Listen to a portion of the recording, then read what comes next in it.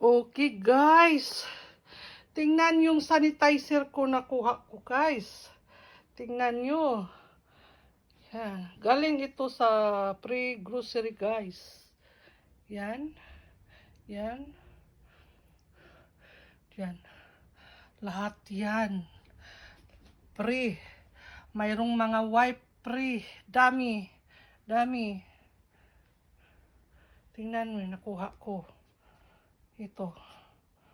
Ayan. So, dito ko nilagay dito sa bakanting dun sa hindi ko ginagamit itong dito ko nilagay.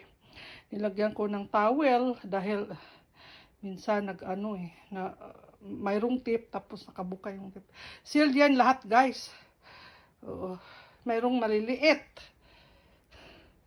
So, ito guys, mahal ito kung bibilhin mo talaga.